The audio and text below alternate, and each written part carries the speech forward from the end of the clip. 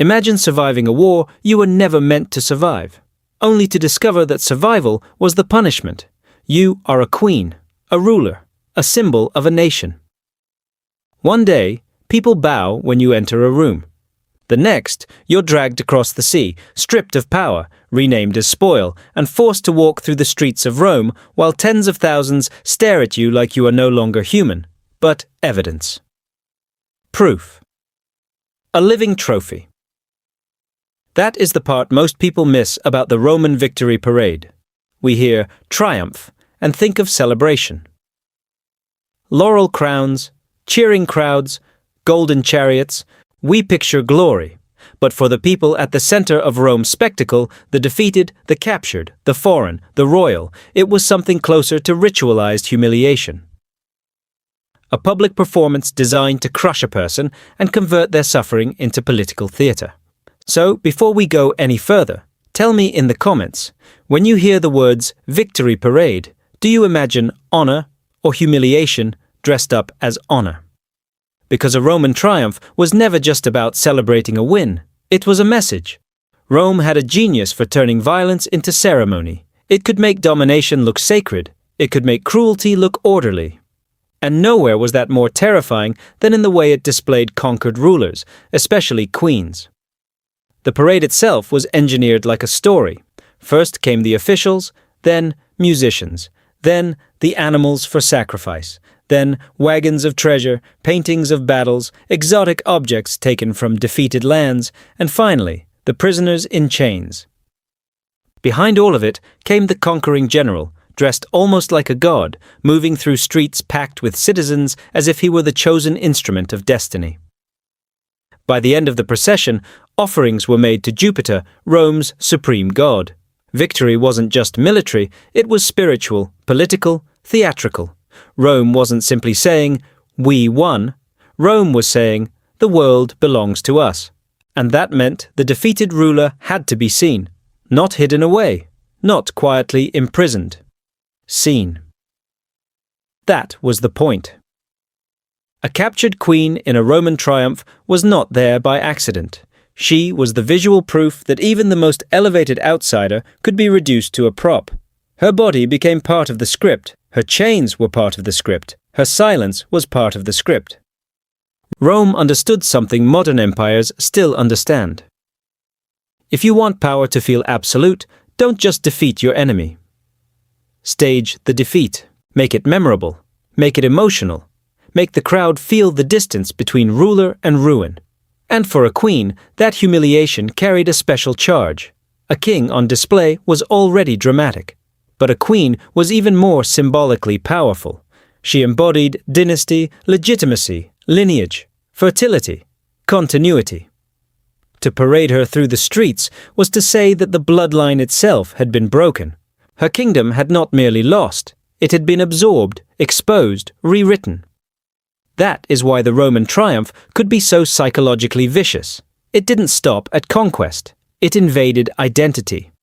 And if this is already changing how you see Rome, tap like, not for the cruelty, but for the truth hiding behind the marble.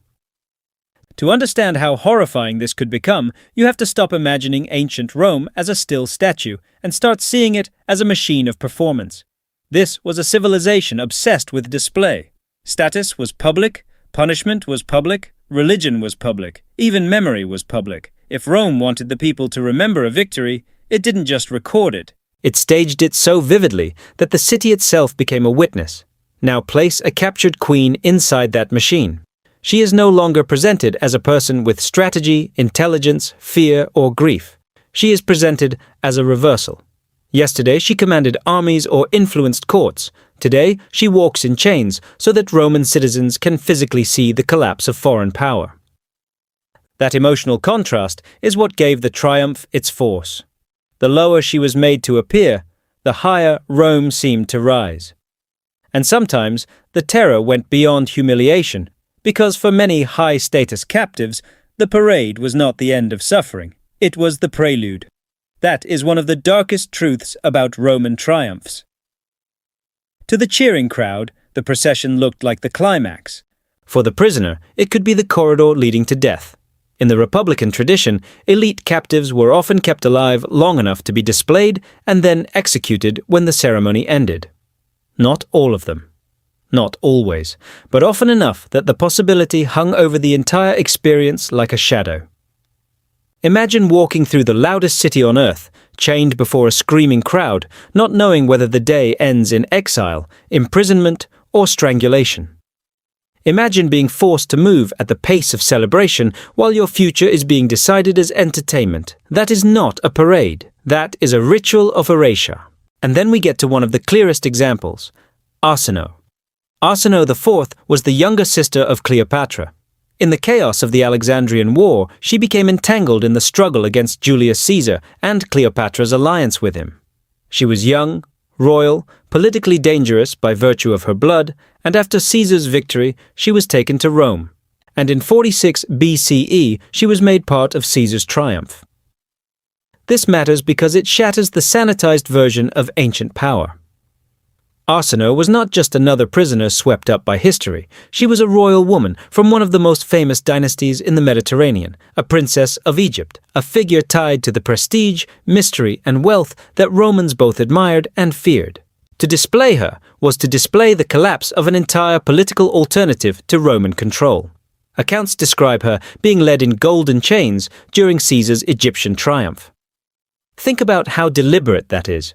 Gold is supposed to signal wealth, majesty, divinity even, but on a captive it becomes mockery. Rome could take the symbols of royalty and turn them into instruments of humiliation. The chain was not just restraint, it was a statement. Everything that once elevated you now belongs to us. And yet, the scene carried a strange emotional tension. Some ancient accounts suggest the crowd pitied Arsinoe. That's important. Rome wanted awe, but sometimes spectacle produced sympathy. The audience could see the imbalance. A conquering empire humiliating a young royal woman did not look purely triumphant, it looked cruel. Even in a culture accustomed to public domination, there were moments when power revealed too much of its own appetite. That may be part of why Arsinoe was not immediately executed at the end of the parade. She was spared, at least for a time, and later found sanctuary in the Temple of Artemis at Ephesus. But even that survival should not trick us into calling the event merciful. She had already been transformed into a warning.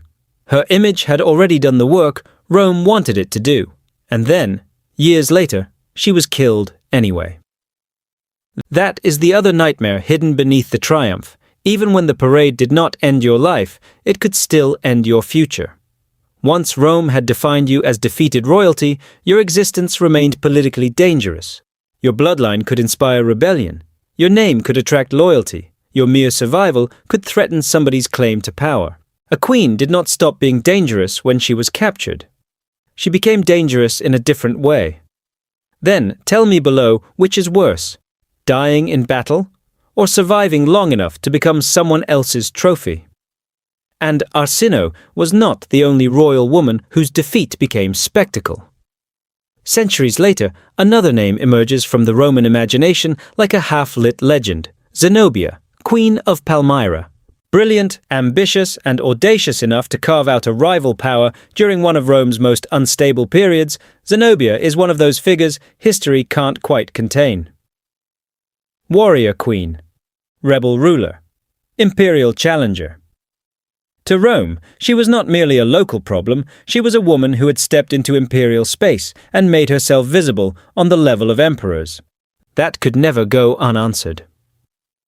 When Emperor Aurelian defeated her, later accounts describe her appearing in his triumph in Rome, adorned with jewels and weighed down by chains of gold so heavy that attendants had to help bear them. Now, historians debate details here. Some of the most dramatic descriptions come from later and less reliable sources. But that uncertainty almost makes the story more revealing, not less. Because whether every detail happened exactly as described, Rome wanted this kind of story told. It wanted posterity to imagine the rebel queen overloaded with the very luxury that once signaled her sovereignty. Again, notice the symbolism, not iron chains hidden in a dungeon, gold chains in public view. Rome loved this inversion. Royal display turned against the royal body. Splendor converted into submission. Beauty harnessed to humiliation. It is such a calculated image that even if later writers embellished it, they were embellishing in a deeply Roman way. They understood what the triumph meant. It was not enough that Zenobia be defeated. She had to be narratively reduced. The story itself had to kneel. And this is where the Roman victory parade becomes more than a military custom. It becomes psychological warfare aimed not only at the captive, but at everyone watching. To Romans in the crowd, the message was simple. No enemy is too rich, too distant, too sacred, too regal, too exceptional to be brought here and made small. To subject peoples across the empire, the message was even harsher. If your rulers resist, this is how they will end. Not with mysterious disappearance, with exposure, with ceremony, with applause. That matters because humiliation is contagious. It doesn't stop with the person wearing the chains. It spreads to the memory of the kingdom, the dignity of the people, the identity of the defeated. Rome wasn't just conquering land, it was colonizing imagination. It was teaching millions of people what Roman inevitability looked like. And for captured queens, the wound was uniquely layered. Men who lost to Rome were often folded into a familiar script of defeated warlords and rival kings. But queens destabilized Roman assumptions. A powerful foreign woman could be exoticized, feared, sexualized, admired, and punished all at once. She could be portrayed as seductive, arrogant, unnatural, dangerous, or decadent, whatever version best justified her destruction. That made her especially useful in propaganda. Rome could turn her into a political lesson and a moral lesson at the same time. She wasn't just shown as conquered, she was shown as needing to be conquered.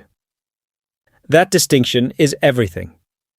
Because once a queen is framed not merely as an enemy, but as a violation of order itself, then humiliating her becomes easier to sell.